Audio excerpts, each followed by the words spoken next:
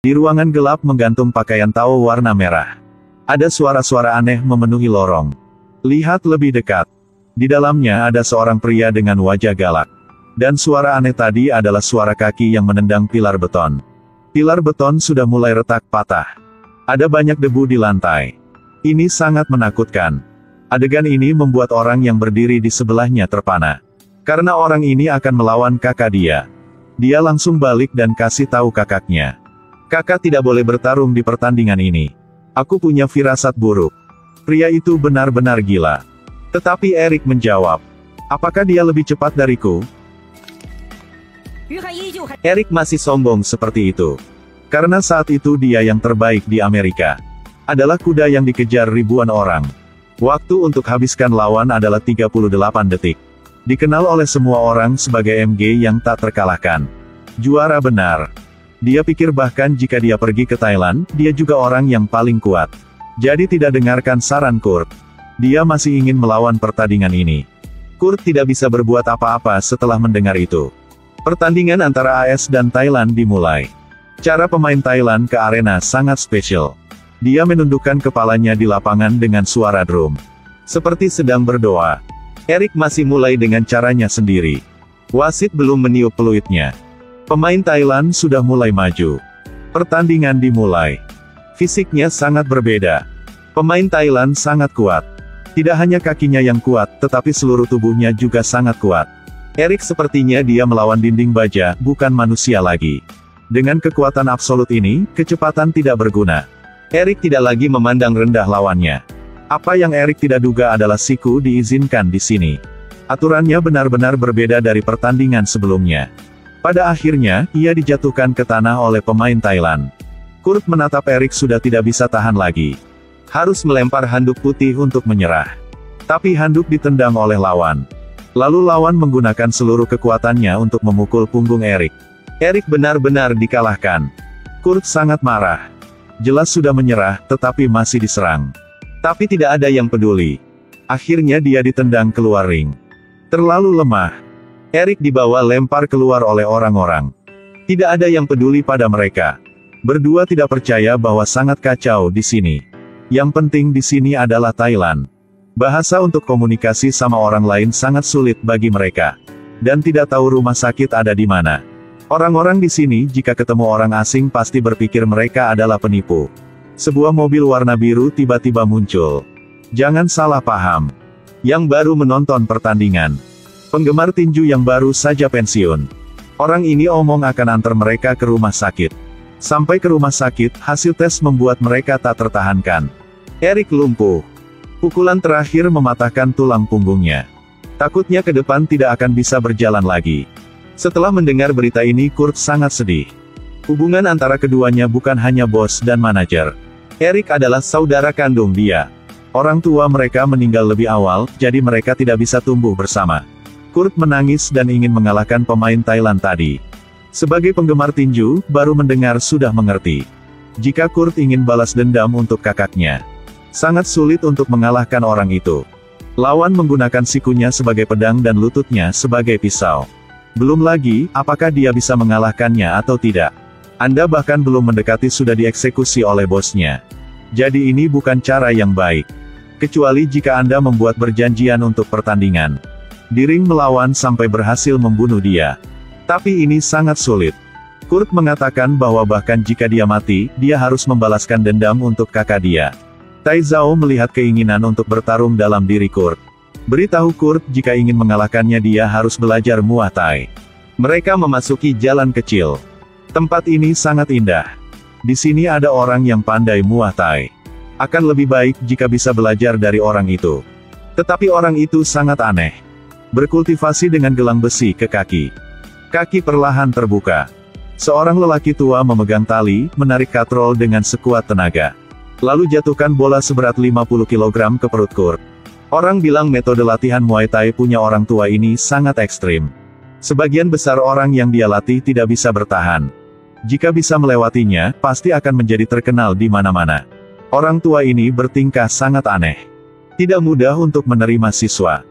Hari itu ada sebuah mobil warna biru antar orang yang mau belajar ke sini, Kurt. Dia ingin orang tua itu mengajari dia Muay Thai. Juga mengatakan dia memiliki dasar tubuh yang baik. Tahu cara bertinju. Bisa bertahan dengan baik saat bertarung.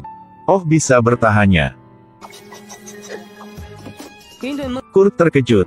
Jelas orang tua ini membenci orang Amerika yang sombong seperti itu. Dan terus mengatakan ingin membalaskan dendam kakaknya. Jadi orang tua itu menipu Kurt, menyuruh dia pergi membeli makanan untuk dimasak. Katakan jika Keyang baru bisa ajarin dia. Kurt bodoh masuk ke desa.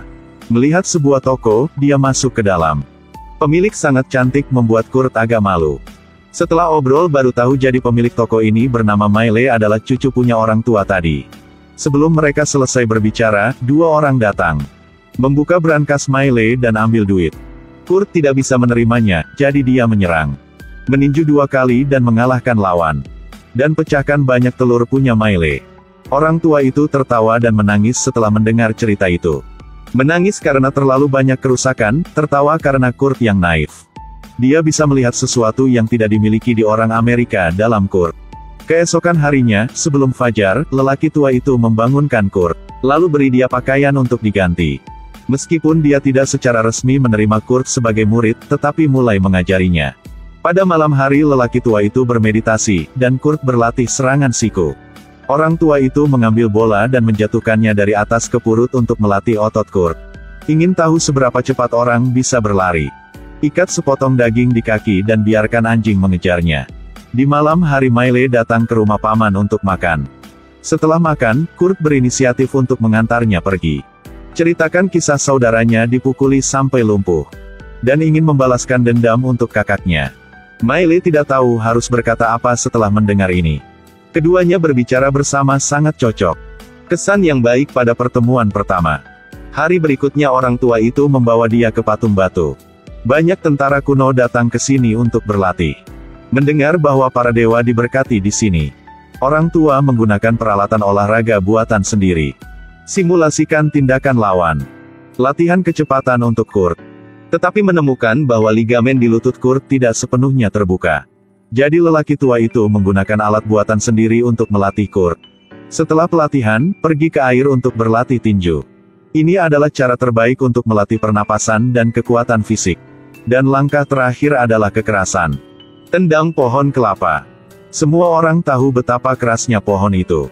Kurt baru menendang beberapa kali sudah merasa sangat sakit. Dan bilang dia tidak bisa menendang lagi. Sekarang lelaki tua itu menasihatinya untuk pergi. Balas dendam untuk saudara hanyalah sebuah kebohongan. Kata-kata lelaki tua itu menusuk hati Kurt. Dia mengingatkan kenapa kakak dia lumpuh. Dengan marah menendang batang pohon kelapa sampai pohon itu patah. Akhirnya dia berhasil. Lelaki tua itu mengatur untuk dia duel normal. Dalam 58 detik dia mengalahkan lawan. Dikenal oleh semua orang sebagai prajurit harimau putih. Kurt di ring berteriak ingin melawan Tong Po. Ketika kakak Kurt tahu dia tidak senang. Dia tidak mau Kurt akan bertarung dengan Tong Po. Dia takut Kurt akan menjadi seperti dia. Tapi sekarang mereka berdua tidak bisa memutuskan sendiri lagi. Karena Tong Po kirim surat menantang ke orang tua itu. Mendengar bahwa di Thailand utusan akan mengenakan pakaian seperti itu. Dapat memberikan tantangan kepada lawan. Lawan harus ikat tali di tangannya. Lalu tutup tangan dengan pecahan kaca. Berdasarkan cara tradisional Thailand. Pertempuran ada di makam bawah tanah kuno. Cara bertarung ini bukan legenda lagi. Tapi pertandingan nyata. Lelaki tua itu menyorongkan surat ke tangan Kurt. Kemudian membawa dia ke dinding batu untuk berlatih setiap hari. Bersiap untuk pertandingan itu.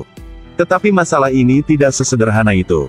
Geng sedang mendiskusikan taruhan. Mereka bertaruh lawan Tong Po 1 juta. Karena ingin memastikan Kurt akan kalah. Dia kirim orang untuk pergi culik Eric untuk menjadi sandera. Pertandingan yang ditunggu-tunggu telah dimulai. Bahkan sebelum dia sampai ke ring, bos Tong Po berkata kepada Kurt. Jika ingin kakaknya masih hidup, jangan melawan Tong Po. Bel berbunyi, permainan dimulai. Kata-kata ingin kakak masih hidup seperti sebuah iblis di dalam hati Kurt. Tentu saja Kurt tidak melawan. Di tempat lain, ketika lelaki tua itu mendengar bahwa kakaknya Kurt ditangkap, dia memikirkan cara untuk menyelamatkannya. Dia mengerti bahwa saudaranya adalah penghalang terbesar di hati Kurt. Meskipun rencana orang tua itu bagus, tapi lawannya memiliki senjata. Ketika orang tua itu hampir disandera, Tiba-tiba, suara tembakan terdengar. Tapi Antek di sana ditembak mati. Seorang pria memegang pistol muncul di tengah asap putih. Ternyata itulah Tai Zhao. Orang ini datang pada waktu yang tepat. Setelah menyelamatkan saudaranya Kurt, iblis dalam hati Kurt sudah hilang. Dia seperti monster yang melepaskan kekuatan penuhnya. Dia menendang wajah Tong Po berulang kali. Akhirnya menendang dan jatuhkan Tong Po di depan bosnya. Membuat lawan menyesal di tempat. Bos Tong Po akhirnya ditendang juga. Saat itu semua orang bertepuk tangan dengan keras. Kurt menang. Bahkan bisa membalaskan dendam untuk kakak dia. Dua orang dengan senang hati berpelukan. Selama pikiran Anda tidak padam, suatu hari Anda akan mencapai apa yang Anda inginkan. Film berakhir di sini, jangan lupa like plus follow pages-nya.